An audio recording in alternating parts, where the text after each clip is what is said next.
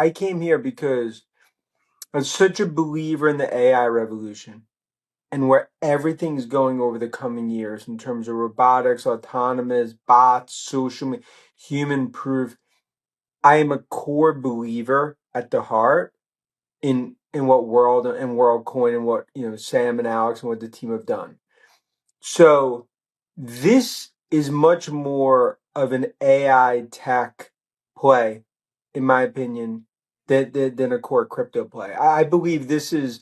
I want to, along with the team, play a role in driving the vision, driving the awareness of the orb, driving the awareness of world, driving the awareness of human proof in terms of what I view is really going to be the core layer when it comes to true authentication in this new AI world. That's why I'm doing this. That's why I'm so excited to.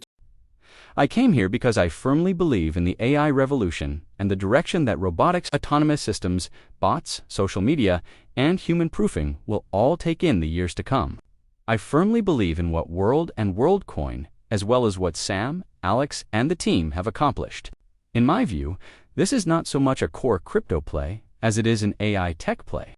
This, in my opinion, is the reason I want to work with the team to advance the vision. Raise awareness of the orb, raise awareness of the world, and raise awareness of human proof in relation to what I believe will be the fundamental layer for genuine authentication in this new AI world. I am doing this for that reason. I'm thrilled to be a part of it because of this. What if you had a warning from your desk before your retirement was erased? Your retirement account could be wiped out overnight if you don't purchase this package, because there are only 100 pieces available. Order yours right away using the link below. Let's see. And I'm sure I tried Ralph Wiggum's Simpsons quote, perhaps there is a connection between China and Nvidia. Who knows? Quickly though, Stacy, when will the Nvidia stock market move next? What is the next big item you plan to follow? You have your wages and everything else there. I mean, they just released their earnings a short while ago. After all, I suppose there are two things that we're really searching for this year. One is the size and direction of their rack shipments, as they increase production of GB300 and Blackwell Ultra parts through the end of this year and the beginning of next. They have canceled it out from their figures. So we're also waiting to see if some of these licensing and other concerns pertaining to their capacity to do business in China actually go away. Therefore, everything they receive from China in the short to medium term will be beneficial. Going ahead, I suppose, they have their GTC events scheduled for March of the next year. The next generation product, named Rubin, is expected to ramp in the second half of next year.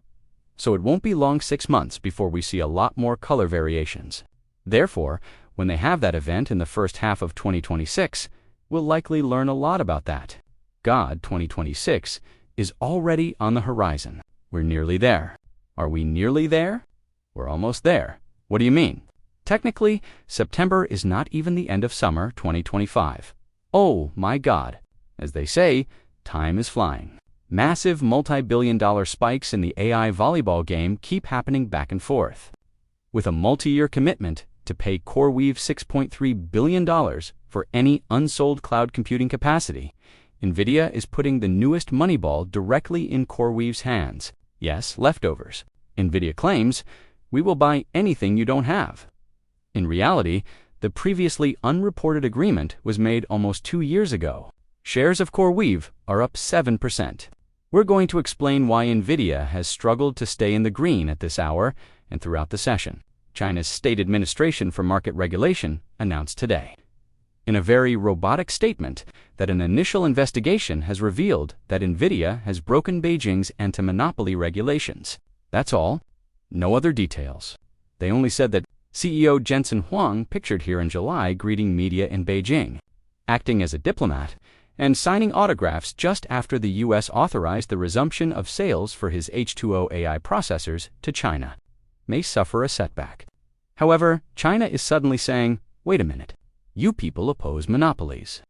Furthermore, China's timing of this announcement and accusation is somewhat surprising, given that Treasury Secretary Scott Bessent is currently in Madrid leading the U.S. trade delegation. In a new round of trade talks with the Chinese, this is in contrast to Nvidia's assurance to FBN that it complies with the law in all respects and will cooperate with all governments regarding competition and export laws. Beijing claims the business breached the conditional clearance of its 2020 acquisition of Melanox Technologies from the Chinese government. China said it will continue its investigation, but did not announce a punishment. These charges now raise questions about Nvidia's ability to export its H20 chips to China, which the Trump administration authorized in July, as you indicated. We are unsure if China is interested in those exports at all. Liz, the plot gets more complicated. Yes, AMD essentially received the same treatment. They were able to market their chips, or at least obtain the necessary permits to do so. AMD is increasing by 1.6%. As time has progressed, we have gained a better understanding of our current position in the AI adoption cycle. And I am aware that there have been some inquiries concerning that, especially in relation to Nvidia and whether or not we are at our peak. We aren't, in my opinion. Sadly, Nvidia is entangled in this geopolitical quagmire involving China and the United States. However, I do believe their technology will win out.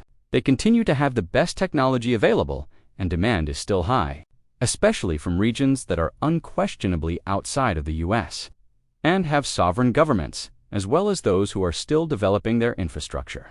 Thus, I continue to believe that there is a fantastic growth narrative there. What about Nvidia? Would you like to share your thoughts about Nvidia with us today? According to some reports we received from Reuters, which cited these ongoing trade tensions, Nvidia is interesting because of some developments regarding its RTX 6, the first China card that was initially created to fill the void left by the banned and then unbanned Nvidia H20s. However, it has reportedly received relatively low interest in China as of late. Nvidia may be on track to build between 1.5 to 2 million of these GPUs by the end of this year, according to estimates made by JP Morgan and Morgan Stanley. This might leave them sitting on a massive pile of these undesirable cards. The range of GPUs that Nvidia is currently permitted to export to China has therefore changed significantly this year. Of all, as we've seen, Trump was the one who started the intermittent tariffs and trade restrictions, especially with regard to their most expensive and sophisticated computer GPUs, which are used for AI training and inferences. However, Nvidia has produced China-specific GPUs, such as the RTX 6000D, the H20, and other models, such as the RTX 590D, in order to adhere to these requirements. However, the most recent advancements in the field are primarily concentrated on the 6000D card, which is currently receiving a more muted response, according to one publication. Once more, that was originally intended to truly address this gap. However, given that this is Nvidia's most recent advancement in this field, it has been intriguing to observe. Yes, but according to reports, it was created once more to get around a chip restriction. We'll have to wait and see. Nvidia has been promoting its B30A as a significant upgrade to its Blackwell architecture at the moment. However, given the amount of competition in the market, I believe that the GPU architecture that is currently gaining favorability will be intriguing. We've discussed how Alibaba is currently displacing Nvidia in China to manufacture their own chips. Given that their guidance did not specifically address Chinese sales, it will be interesting to observe how Nvidia performs in that area. Yes, but there was also hope that they would find a solution, which was a major factor in the experts' optimism. They must therefore determine an appropriate method of distribution within that nation. But the rivalry is undoubtedly not going to slow down very soon. Nicole, good morning. Indeed, there has been some news about its connection to TikTok, according to a number of sources.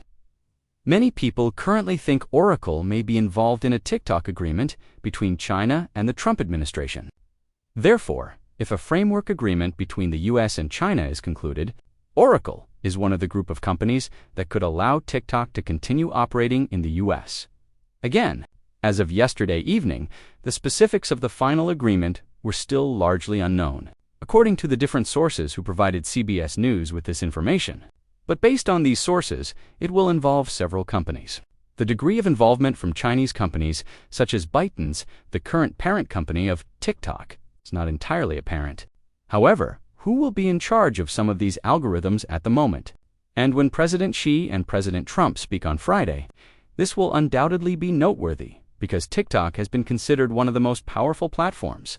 There have been no successful attempts to contact a White House representative or Oracle executives. We haven't received any official confirmation from Oracle or the White House.